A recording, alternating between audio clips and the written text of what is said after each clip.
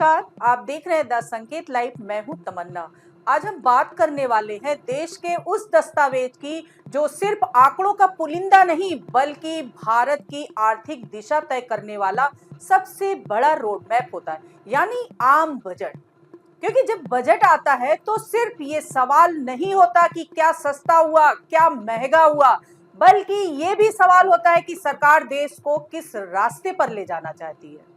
रोजगार की दिशा क्या होगी, महंगाई से लड़ने की रणनीति क्या होगी, गरीब मध्यम वर्ग, किसान, युवा और उद्योग जगत के लिए सरकार की सोच क्या है।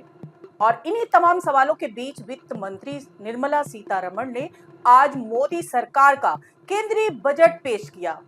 यह बजट कई मायनों में खास रहा क्योंकि निर्मला सीतारमण लगातार 9वीं बार केंद्रीय बजट पेश करने वाली दुनिया की पहली महिला वित्त मंत्री बन गई। बजट पेश करने से पहले राष्ट्रपति द्रौपदी मुर्मू ने उन्हें दही चीनी खिलाकर शुभकामनाएं दी और सुबह 11 बजे वित्त मंत्री ने 85 मिनट का लंबा भाषण दिया। लेकिन बड़ा सवाल यही है कि क्या इस बजट में आम आदमी के लिए कोई बड़ी राहत मिली या फिर ये बजट भी सिर्फ बड़े विजन और दीर्घकालिक लक्ष्यों तक सीमित रह गया।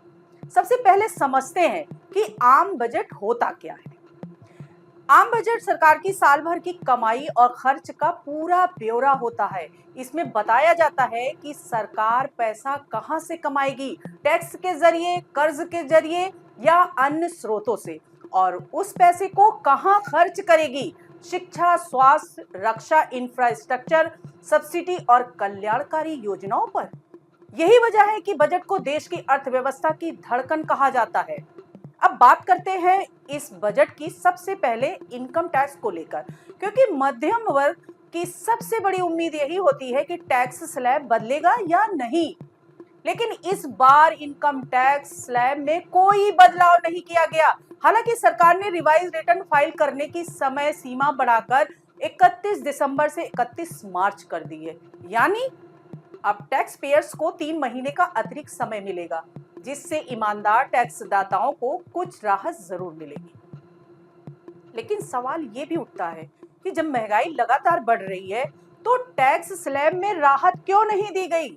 अब बात करते हैं इंफ्रास्ट्रक्चर की, जहां सरकार ने 7 हाई स्पीड रेल कॉरिडोर की घोषणा की है, जिनमें मुंबई पुणे, पुणे हैदराबाद, हैदराबाद बेंगलुरु, हैदराबाद चेन्नई, चेन्नई बेंगलुरु, दिल्ली वाराणसी और वाराणसी सिलीगुड़ी शामिल है। सरकार का दावा है कि इससे न सिर्फ कनेक्टिविटी बढ़ेगी बल्कि रोजगार के अवसर भी पैदा होंगे। लेकिन ये भी सच है कि ऐसे बड़े प्रोजेक्ट का फायदा जमीन पर दिखने में सालों लग जाते हैं। स्वास्थ्य क्षेत्र में सरकार ने कैंसर की 17 दवाओं और 7 दुर्लभ बीमारियों की दवाओं को आयात शुल्क से मुक्त करने का ऐलान किया है, जिससे इन बीमारियों से जूझ रहे मरीजों को बड़ी राहत मिल सकती है। इसके साथ ही 3 आयुर्वेदिक एम्स खोलने और मेडिकल टूरिज्म को बढ़ावा देने के लिए 5 मेडिकल हब बनाने की घोषणा भी की गई है। शिक्षा के क्षेत्र में 15,000 सेकेंडरी स्कूलों और 500 कॉलेजों में कंटेंट क्रिएटर लैब्स बनाने की बात कही गई है, ताकि युवा डिजिटल स्किल्स सीख सके। लेकिन सवाल ये है कि क्या इससे बेरोजगारी की मूल समस्या हल होगी या फिर ये सिर्फ स्किल ट्रेनिंग तक सीमित रह जाएगा। सरकार ने टीयर 2 और टीयर 3 शहरों के विकास के लिए 12.2 लाख करोड़ रुपए खर्च करने का ऐलान किया है, ताकि महानगरों पर दबाव कम हो और छोटे शहरों में भी रोजगार और सुविधाएं बढ़े। करीब 800 जिलों में लड़कियों के लिए हॉस्टल बनाने की घोषणा की गई, यानी हर जिले में एक हॉस्टल। लेकिन सवाल ये है कि क्या इन हॉस्टलों की गुणवत्ता और सुरक्षा सुनिश्चित की जाएगी या फिर ये भी कागजों तक सीमित रह जाएगा। अब बात करते हैं सरकार के राजकोषीय विजन की। वित्त मंत्री ने कहा है कि सरकार 2030 से 31 तक ऋण से जीडीपी अनुपात को 50% ±1% तक लाने का लक्ष्य रखेगी। अभी ये अनुपात करीब 56% बताया गया है। सरकार का कहना है कि इससे ब्याज भुगतान का बोझ कम होगा और प्राथमिक क्षेत्रों के लिए ज्यादा संसाधन मिलेंगे। लेकिन आम आदमी के लिए यह भाषा थोड़ी तकनीकी है।